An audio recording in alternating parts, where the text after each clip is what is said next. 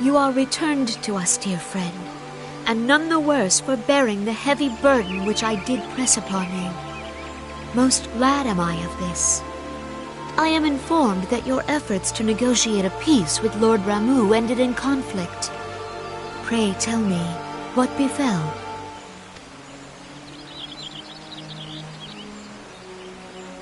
Raumh made trial of you?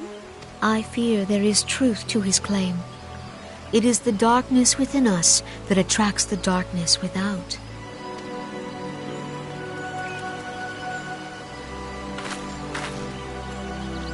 It cannot be denied that misfortune follows man. For evidence, one need only look to the conflict brewing in Coerthas, or to the rising flood of refugees. Our shared struggle against the Empire should have served to seal our union. Yet the ties which bind the alliance strain under the weight of gross self-interest. As the scars of the calamity begin to fade, so too does our sense of common purpose. Yet now is scarce the time to forget our shared responsibility. If this new-sprung realm is to survive beyond its infancy, it must needs be nurtured by all.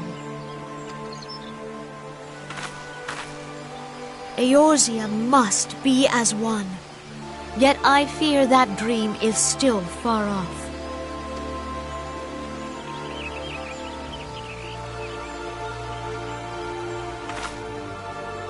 On behalf of the people of Gridania and the elementals both, I thank you for all that you and your fellow Scions have done. Full oft have I been compelled to look to you for aid of late, and offered all too little in return. As leader of this nation, I shall endeavor to prove a more worthy ally to your cause henceforth.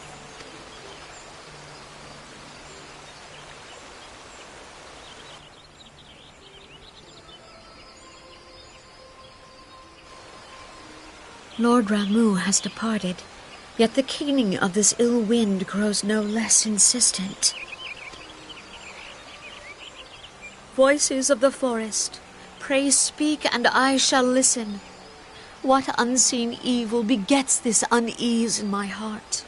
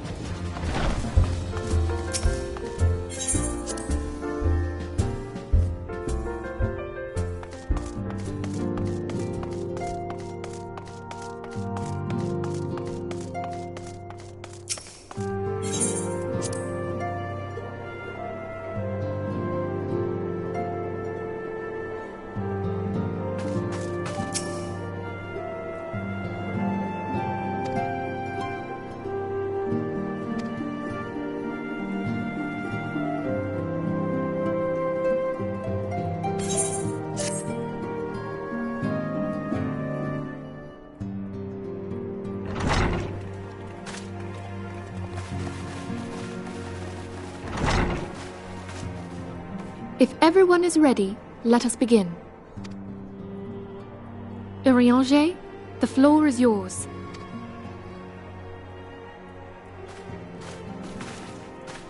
As all here assembled now know, in its final hours as our Order's headquarters, the waking sands did play host to a most unexpected visitor. I speak of the Ascian clad in white, Elidibus. Unwelcome though his presence was, his words that day did serve to confirm a truth long suspected, that the Ascians are eternal beings, to whom physical destruction is as a temporary inconvenience. In the intervening time, Eorzea and I have striven to discover a means by which the Ascians might more permanently be slain. And 'tis my belief that we have found the thread that will allow us to unravel the twisted skein of their existence. In the moments prior to Leviathan's most recent manifestation, the Sahagin elder who summoned him was observed to undergo some manner of ascension. The etheric readings taken by Y'shtola at the time of this transfiguration have proven most enlightening. The disruption to the flow of ether was sudden and dramatic. So tangible was the agitation, I scarce had need of my goggles. The significance of Y'shtola's readings might better be understood in the context of mine own, taken at the instant of the Lord of Levin's demise. Unlike the primal, the Sahagin was not subject to etheric dissipation. Before discussing our new discoveries, it may benefit us all to recall what we know of etheric behavior.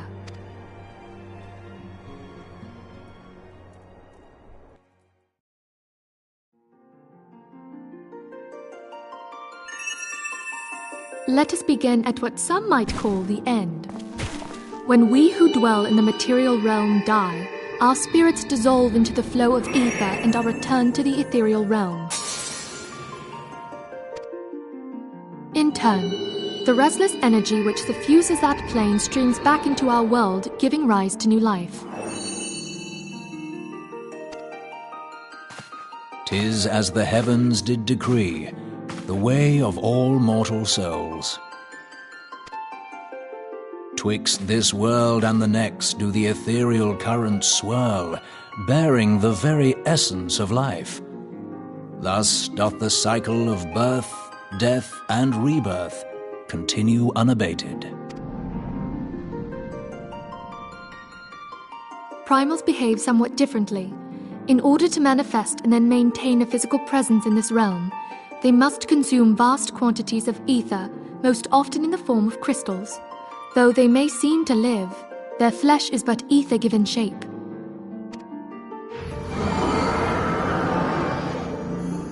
Thus, a defeated primal leaves behind no broken corpse. Rather, the essence of its form seeps back into the land whence it came, and the energy of its shattered spirit is called back to the ethereal realm. And there it waiteth, till next the prayers of the faithful do draw it forth from the sea of ether, to take their offering of crystals and make for itself a new body.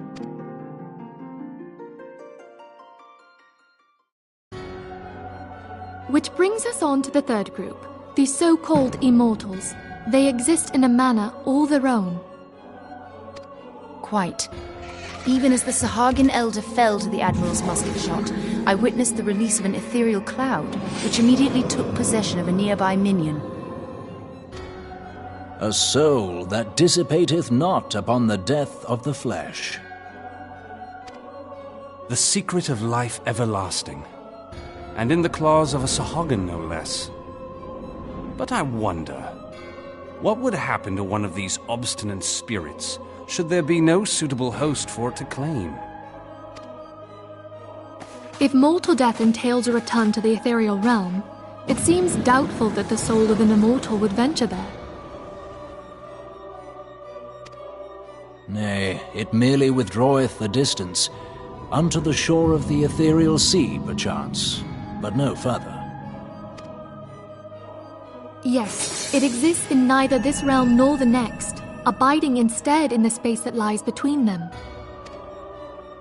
The Scions took control of Thancred by means of a crystal of darkness, an artifact which, if our theories are correct, serves as a gateway to the place I have just described. I was hoping people had forgotten about that. I am sorry, my friend.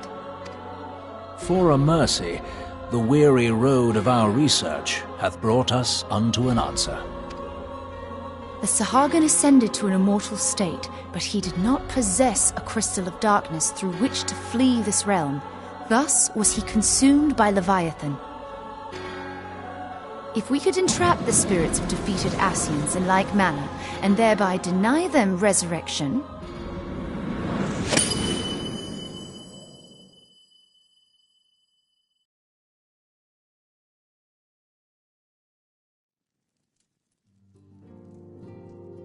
Therein lieth the path to victory. Thou art most perceptive, my lady. Only when we have trapped the bodiless soul within an ethereal prison can we hope to defeat its unnatural constancy. Thus might even an eternal paragon be consigned to oblivion. These feats are, of course, far easier said than done. At present, we lack a viable means to entrap and extinguish an Scion soul. Yet, I believe it to be possible. The pieces of the puzzle lie before us. We have but to put them together.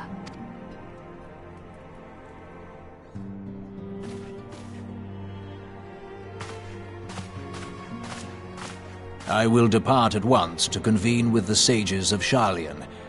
Together shall we divine the steps by which our goals may be achieved. I have the utmost faith in you, Archon.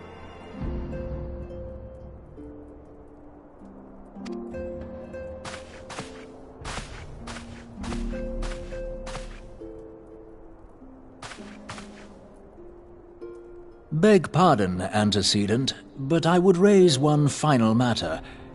Even now, a Sharlayan survey party seeketh to ascertain the fate of the students of Baldessian. Their findings shall soon be known to us. Though you harbor feelings of dread, I bid you surrender not to sorrow, but abide instead in hopeful prayer. I shall, Archon. Thank you.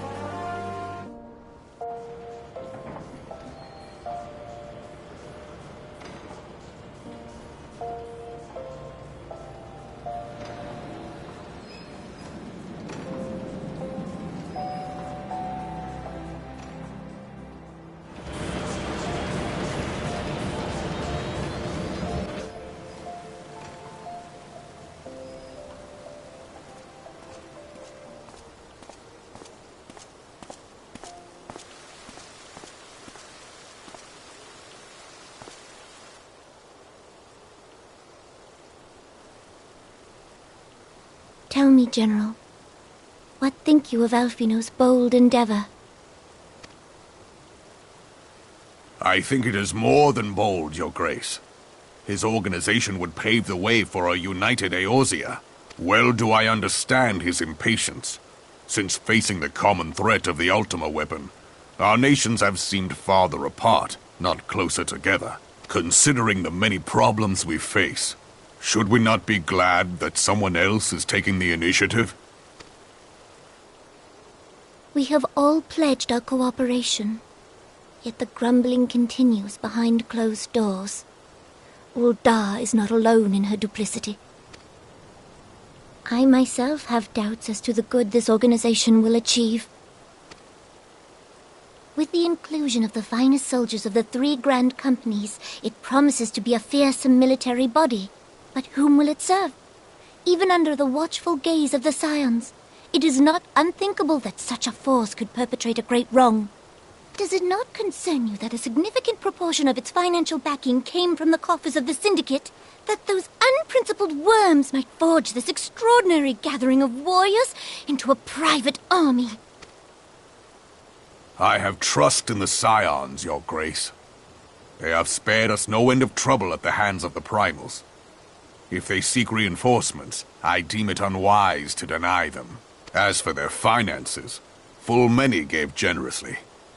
And though our nobles proffered a sizable sum, their coin did not spill from the pockets of Lolorito and his cronies. And what of the presence of our stalwart adventurer friend in this endeavor?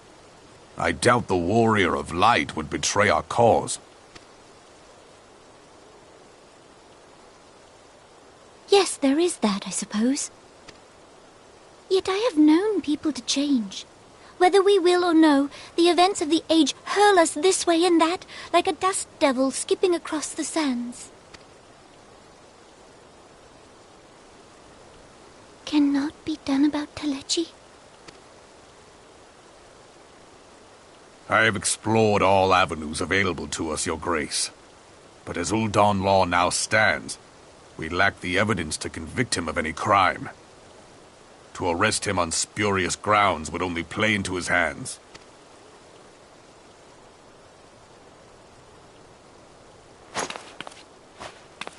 He has all but committed treason, and yet we can do nothing?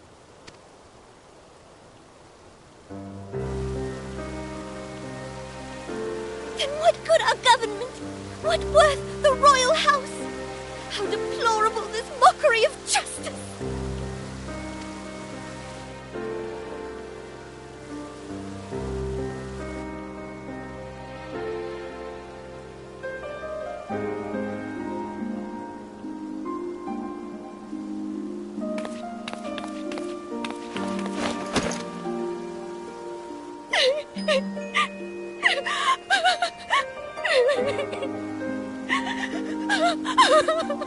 Have faith, Your Grace. It is not over.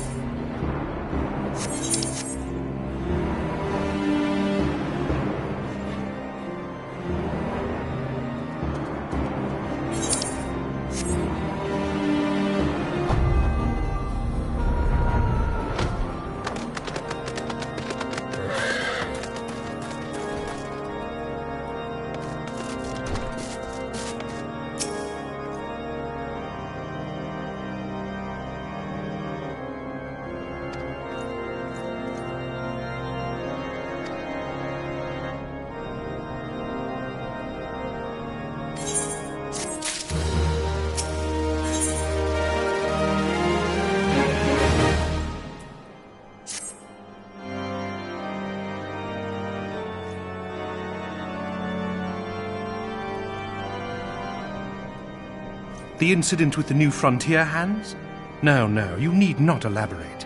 I have been following their progress with no small amount of interest. Brave men and women all. They do our nation a great service. The existence of a fortified outpost in Mordona will do much to dissuade the Empire from trespassing on Coerthas soil.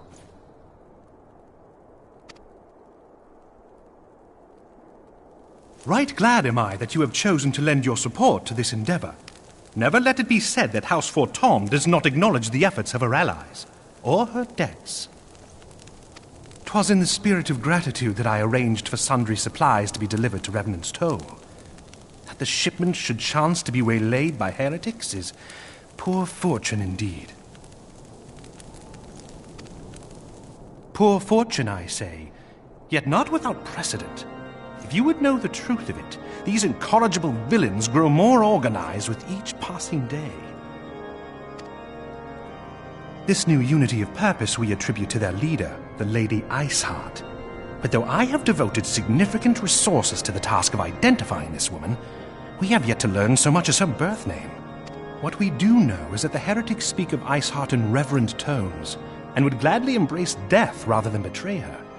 Such loyalty is rare indeed, and I fear to imagine what so committed a collective might achieve.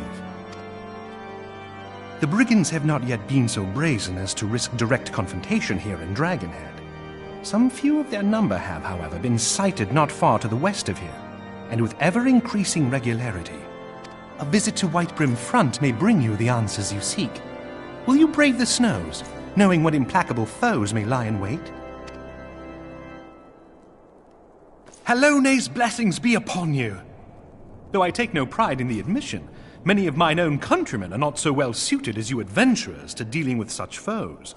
Were they dragons, it might be otherwise. But truly, I could not wish for a finer ally. You have done much for my house in the past, and I have no doubt but that I shall have cause to celebrate your deeds again ere long. Should you learn aught of value, pray return to me forthwith. A warm hearth and a warmer welcome shall be waiting for you.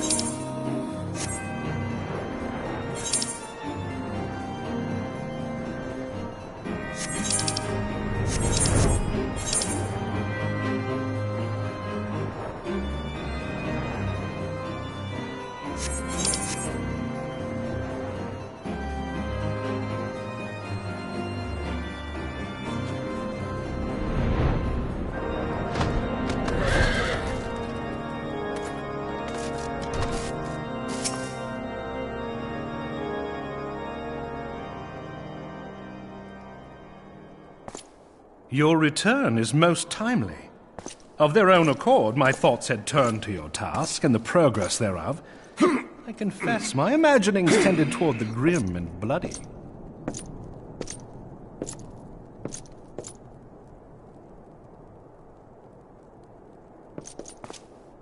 But you are here now, and I suspect such frivolous wonderings do little justice to the reality of your travails. Tell me, what did you learn of Iceheart?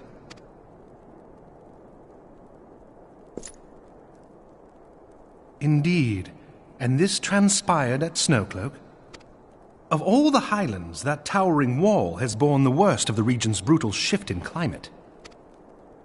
So inhospitable has Snowcloak become that we have still to survey the area in its entirety. Could its frozen heights conceal the heretic's hideaway? Mayhap a more robust reconnaissance effort is in order.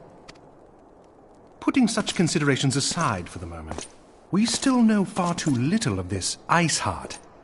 That she is capable of commanding such a band of fanatics bespeaks natural authority, and no small measure of charisma. As much as I would like to fathom this mystery with you, the situation has grown beyond my personal purview. I am bound by duty to inform the Temple Knights and request that they bring this matter to its conclusion. Given the glowing reports the new commander has garnered thus far, I am certain that they can be relied upon to take appropriate action. Though Iceheart's true identity yet eludes us, you have provided us with a point from which to begin. Sometimes it takes but a single stone to prompt an avalanche. On the matter of the stolen provisions, I have already made arrangements for a second shipment to be sent to Revenant's Toll. I could not well allow such an honorable venture to be undermined by one miserable setback.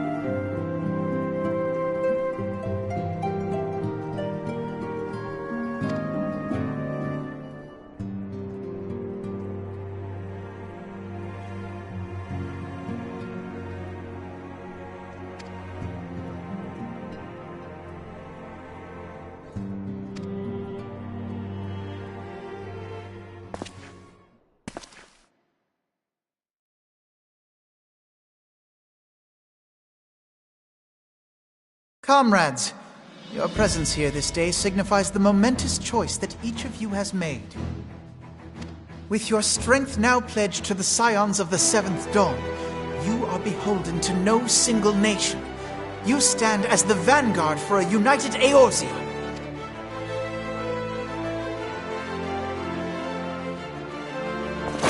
From this moment forth, I declare you Crystal Braves. Let us mend this fractured realm and face our enemies as one. Whether it be the Beastmen and their primals, or the conflict in Carteneau, it is plain that the nations of Eorzea cannot solve the problems which plague the realm. Thus does it fall to some few heroic souls to succeed where they have failed. Come! Take your place at the Scion's side as guardians of Eorzea, and together we shall fight for the freedom of all! For the freedom of all!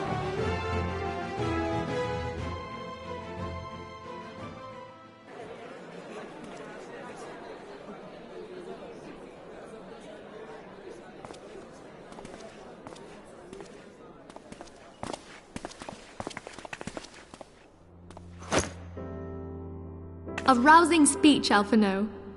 Or should I say, Crystal Brave Commander Leveilleur. Please, Antecedent. The title is honorary. I shall not be leading the troops into battle, as it were. We are of the same purpose. Let us join hands and do what must be done to save this land. The Scions stand ready.